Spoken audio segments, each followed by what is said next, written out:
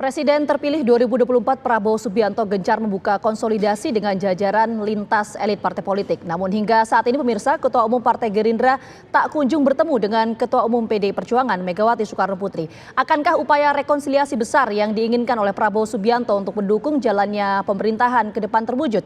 Dan bagaimana sikap dari PDI Perjuangan, akan merapat atau justru memutuskan berada di luar pemerintahan? Kami ajak Anda untuk berdialog bersama dengan politisi PDI Perjuangan Andreas Pereira dan pengamat politik Muhammad Kodari. Selamat petang semuanya. Kita mau menuju ke Bang Andreas terlebih dahulu. Bang Andreas, kalau kita mendengarkan pernyataan disampaikan oleh Mas Ganjar sebagai kader PDI Perjuangan, menyampaikan bahwa kecenderungan dari PDI Perjuangan akan berada di luar pemerintahan. Pernyataan Mas Ganjar ini apakah merepresentasikan sikap politik pribadi Mas Ganjar atau merepresentasikan sikap politik dari Bu Mega selaku Ketua Umum PDI Perjuangan? Ya, tentu apa yang disampaikan oleh Mas Ganjar itu adalah ya suara pribadi dari Mas Ganjar tentunya. Artinya ketika ditanya secara spontan ya beliau menjawab juga secara spontan apa yang beliau pikirkan, dan itu ya sah-sah aja gitu. Sebagaimana tiap kader PDI Perjuangan juga tentu mempunyai pandangan terhadap hal tersebut. Tapi ya sebagai sikap politik partai, ya, tentu nanti baru kemudian disampaikan, dalam arti bahwa ya PDI Perjuangan itu berada di dalam atau di luar pemerintahan itu bukan hal yang baru gitu. Dan ya seperti yang saya sampaikan sebelumnya, kalau ya berada di dalam hanya untuk mengejar kursi, buru-buru kita begini mengejar kursi, saya kira juga bukan karakter PDI Perjuangan seperti itu gitu. Oleh karena itu ini tentu perlu dipertimbangkan, dibicarakan, dan sebagaimana yang sudah disampaikan secara resmi oleh DPP bahwa itu akan mendengar dari unsur-unsur kader-kader partai struktural, dan pada bulan Mei nanti PDI Perjuangan akan melakukan rakernas, rapat kerja nasional. Oke, nanti sikap politik resmi dari PDI Perjuangan akan disampaikan ketika Rakernas Mei mendatang. Tapi begini Bang Andreas, kok tadi Bang Andreas menyampaikan bahwa apa yang disampaikan oleh Mas Ganjar ini adalah sikap politik pribadi dari Mas Ganjar. Tapi suasana kebatinan atau sikap internal dari grassroots PDI Perjuangan, apakah memang kecenderungannya ada atau menyarankan untuk oposisi semuanya bersikap sama, atau sebetulnya terbelah, terjadi friksi di internal? Bang Andreas, ada yang menginginkan oposisi, yang menginginkan berada di pemerintahan? Ya, kita ini berpikir bahwa seolah-olah ya semuanya harus ada di dalam pemerintahan. Kalau tidak di pemerintahan itu kayak seperti bencana politik buat partai. Saya kira bukan seperti itu gitu. Dalam arti apa? Ya pemilihan presiden sudah selesai gitu. Ya, dan partai-partai tentu mempunyai hak untuk menyampaikan, mempunyai posisi untuk menyampaikan. Ya, buat PDI Perjuangan juga ini adalah ya waktu untuk kemudian mempertimbangkan itu. Tetapi hak untuk ada di dalam pemerintahan itu ada pada Pak Prabowo gitu, untuk memutuskan gitu. Jangan kita juga kemudian berbondong-bondong untuk menawarkan diri ke sana. Kita harus hormati juga gitu, bahwa ketika kontestasi pilpres itu rakyat memilih karena mereka melihat ada perbedaan di situ gitu. Perbedaan antara paslon 1, paslon 02, paslon 03 gitu. Nah, ini harus dihargai, diapresiasi, dihormati perbedaan dari rakyat, dan itu harus direpresentasikan di dalam pemerintahan yang dibentuk kemudian gitu. Jangan semuanya ya merasa bahwa ya setelah ya tidak memenangkan kontestasi kemudian ya buru-buru merapat ke sana sehingga bisa dapat dapat kursi kekuasaan. Ya ini yang orang bilang namanya politik dagang sapi itu ya seperti ini. Oke, Bang Andreas, tapi singkat sebelum kita menuju ke Bang Kodari, artinya suara di internal PDI Perjuangan ini apakah terpecah? Ada yang menginginkan oposisi, ada yang menginginkan kepemerintahan? Nggak ada terpecah. Ini belum diputuskan kok. Oke. Berarti tidak ada ya perpecahan atau friksi di internal PDI Perjuangan. Oke, kita menuju ke Bang Kodari. Bang Kodari, seberapa besar peluang dari PDI Perjuangan ini akan merapat ke pemerintah? Saya kira kalau berdasarkan indikator-indikator yang sudah disampaikan oleh Hanta Yuda ya di pembukaan acara ini, Mungkin ditambah dengan kalau tidak salah fakta bahwa sudah lebih dari setahun bahkan mungkin setahun setengah Pak Prabowo nggak ketemu dengan Ibu Megawati secara personal, dan sampai sekarang belum ada sinyal-sinyal di PDI Perjuangan, gestur-gestur seperti yang kita baca dari Partai Nasdem misalnya, maka peluang bergabungnya PDI Perjuangan ke pemerintah itu saya kira mungkin 1% kali ya, 1% untuk menggambarkan sebuah ilustrasi bahwa memang tondo-tondonya itu semua mengarah kepada PDI Perjuangan berada di luar pemerintahan.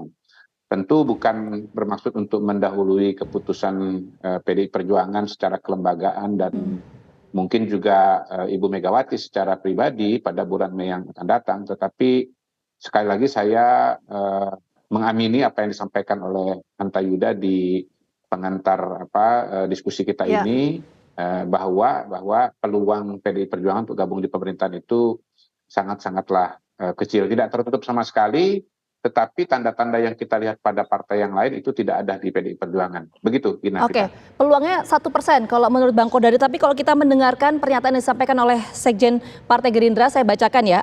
Ahmad Muzani menyampaikan bahwa Partai Gerindra saat ini tengah berkomunikasi dengan PDI Perjuangan melalui Ketua DPP PDI Perjuangan, Mbak Puan, mengenai pertemuan antara Bu Mega dan juga Pak Prabowo. Bang Kodari melihat statement yang disampaikan oleh Ahmad Muzani ini seperti apa? Mungkin di sini peribahasa Inggris itu berlaku ya, it takes two to tango begitu. Jadi untuk menari tango itu perlu uluran tangan dari dua orang. Jadi dari sisi Partai Gerindra mungkin ada keinginan untuk menggandeng PDI Perjuangan ya, di luar misalnya sebagai sebuah kemungkinan diplomasi politik atau komunikasi politik pasca pemilihan, di mana upaya-upaya rekonsiliasi terus dilakukan. Tetapi sebetulnya saya melihat dalam praktek-praktek politik Indonesia yang berjalan selama ini, terutama kalau kita bicara Pilpres, gestur-gestur bergabung itu biasanya lebih diawali oleh partai politik yang tidak memenangkan Pilpres, lalu kemudian menampilkan atau mengirimkan sinyal-sinyal ingin bergabung. Contoh paling nyata dan paling linear saya kira adalah Partai Nasdem, di mana setelah pengumuman dari KPU itu segera menerima angka, lalu kemudian kita lihat sudah datang juga ke Kertanegara, lalu kemudian juga sebelumnya bahkan Pak Prabowo datang ke Partai Nasdem, dan pola yang sejenis juga kita lihat dilakukan dengan PKB dengan gradasi yang berbeda. PKB tidak secepat Partai Nasdem dalam memberikan ucapan selamat dan notabene menunggu sampai keputusan MK, bahkan setelah ada penetapan resmi dari KPU. Tetapi itu saya kira bisa dimengerti karena ketua umumnya Caimin juga menjadi bagian dari kontestasi gitu. Jadi sebagai kontestan menganggap prosesnya belum selesai. Nah, sekali lagi apa yang kita saksikan di Partai Nasdem dan di PKB itu kita tidak lihat di PDI Perjuangan, sehingga kita bisa mengatakan bahwa pilihan jalan ke depan, pilihan jalan di masa depan antara PKB, Nasdem dengan PDI Perjuangan ini akan berjalan terpisah atau bercabang. Oke, itu prediksi dari Bang Kodari. Nanti saya akan tanyakan lagi, tapi saya ingin minta konfirmasi dulu ke Bang Andreas. Kalau pernyataan dari Sekjen Partai Gerindra Ahmad Muzani menyampaikan bahwa saat ini Partai Gerindra tengah membangun komunikasi, sudah membangun komunikasi dengan PDI Perjuangan melalui Ketua DPP PDI Perjuangan untuk membuka jalan pertemuan antara Bu Mega dan juga Pak Prabowo. Itu betul nggak, Bang Andreas? Ya kalau itu betul itu bagus, artinya jalan komunikasi dan ya pertemuan itu hal yang baik gitu, apalagi ya antar elit politik. Tapi apakah itu kemudian diartikan sebagai ada di dalam dan di luar pemerintahan? Saya kira mungkin ya itu tadi yang saya katakan. Keputusan itu nanti akan diada melalui secara institusi di dalam rapat kerja nasional nanti. Oke, tapi ada nggak komunikasi itu? Betul nggak, Bang Andreas? Mungkin itu dulu yang harus kita konfirmasi. Betul nggak Mbak Puan ini sebagai penyambung atau jembatan? Sekjen bicara membohong. Ya kita percaya, kita yakin, masa sekjen bicara bohong. Oke.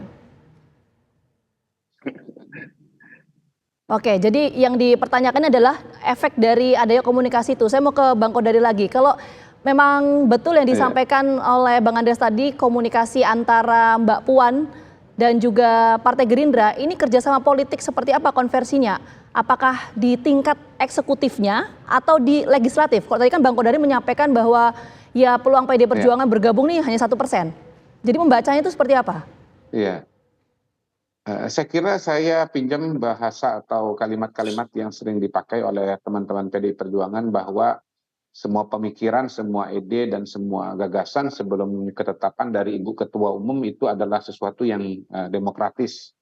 Hmm, Dan karena keputusan itu belum diambil secara resmi pada kiraan bulan Mei nanti, maka semua sikap, pemikiran, dan gestur-gestur politik itu ya sah-sah saja dilakukan, Gina. Jadi saya melihatnya bukan sebagai upaya yang bersifat final atau tindakan yang bersifat final and binding oke. bagi internal PDI Perjuangan. Iya. Yang final and binding itu cuman kalau sudah disampaikan oleh Ibu Mega, apalagi ditegaskan pada forum resmi seperti katakanlah Rakernas Eh. gitu. Jadi pada hari ini kalau ada sikap-sikap politik dari kader-kader PDI Perjuangan, maka itu adalah bagian dari proses dan pemikiran yang berlangsung di internal PDI Perjuangan Ya, gitu. karena kultur di PDI Itu Perjuangan saya ini, melihatnya ya kultur di PDI Perjuangan ini benar, kan rampak barisan, artinya benar. apapun yang diputuskan oleh Bu Mega ya semua tegak lurus ke Bu Mega. Ini menarik, nanti kita akan dalami lagi bagaimana resiko politik yang akan dihadapi oleh pemerintahan yang baru, Prabowo Gibran, tanpa kehadiran dari PDI Perjuangan sesuai dengan prediksi dari Bung Kodari. Saat lagi kami kembali hadir. Ya, kita langsung lanjut ke Bang Kodari terlebih dahulu sebelum kita menuju ke Bang Andreas. Bang Kodari, kalau tadi Bang Kodari menyampaikan bahwa potensi atau peluang PD Perjuangan untuk bergabung ke pemerintahan ini hanya 1%. Adakah resiko politik yang bisa saja terjadi untuk pemerintahan Prabowo Gibran mendatang atau seperti apa gambaran kalkulasi politiknya? Tergantung definisi yang dimaksud ya, tapi kalau bicara soal stabilitas pemerintahan sebetulnya kita tidak bisa bicara PDI Perjuangan sendiri, tergantung dari kacamata Prabowo sebagai presiden terpilih, dia akan katakanlah mengumpulkan atau menghitung berapa partai politik yang dia rasakan penting atau cukup untuk berada dalam kabinet dan memiliki perwakilan di DPR. Kalau misalnya Pak Prabowo menganggap bahwa angka 70% misalnya sudah Hmm. cukup, maka kemudian kita bisa berhitung atau berasumsi bahwa selain PDI Perjuangan akan ada satu lagi partai politik yang berada di luar. Hmm. Per hari ini kan kalau kita bicara partai politik ya, kita sudah lihat bahwa yang berada di luar pemerintahan ini kan praktis PDI Perjuangan, lalu kemudian mohon maaf yang berada di luar koalisi 02 itu kan praktis PDI Perjuangan, kemudian PKS, lalu Nasdem, dan lalu PKB. Jadi Hmm. dua sudah menyatakan dukungan dan akan Hmm. bergabung, maka di luar PDI Perjuangan sebetulnya proyeksi teman mainnya PDI Perjuangan ini nanti adalah PKS begitu. Hmm.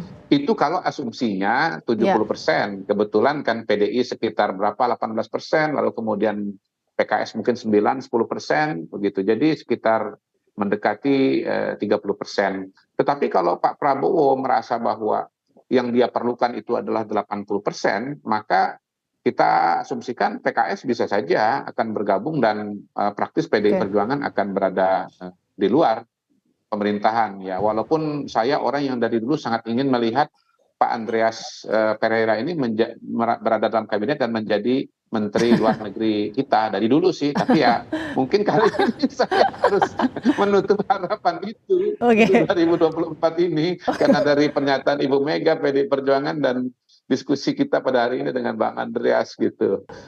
Oke, tapi begini, Gitu Gina. ya singkat mungkin Bang Kodari, tapi seberapa signifikan nanti akan mempengaruhi dinamika politik kalau misalnya nanti PDI Perjuangan tidak bergabung dengan pemerintahan?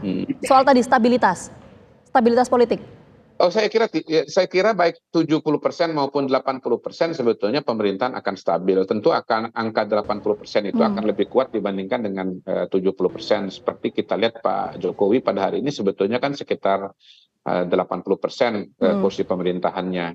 Jadi kalau bicara stabilitas pemerintahan saya kira tidak ya, dan menurut saya malah bagus karena apa? Karena kalangan oposisi, mereka yang tidak puas dengan pemerintahan akan memiliki penyaluran pada diri PDI Perjuangan, begitu. Oke. Dan istilahnya nanti PDI Perjuangan akan borong semua tuh mereka yang tidak puas dengan kinerja pemerintahan. Dan saya percaya bahwa sehebat apapun, sebagus apapun seorang presiden, tidak mungkin 100% rakyat Indonesia itu akan puas ya. Bisa karena ada hal-hal yang tidak dia terima, program pembangunan tidak dirasakan, mungkin ada yang kurang-kurang, kemudian misalnya berbeda pemikiran, berbeda ideologi dan seterusnya. Dan itu nanti kolam suaranya boleh dibilang akan kumpul di PDI Perjuangan semua. Gitu. Jadi sebetulnya dengan berada di luar pemerintahan, kalau orang mungkin mengatakan, wah ini jadi berat tahun ke depan. Sebenarnya kalau bicara elektoral, menurut saya justru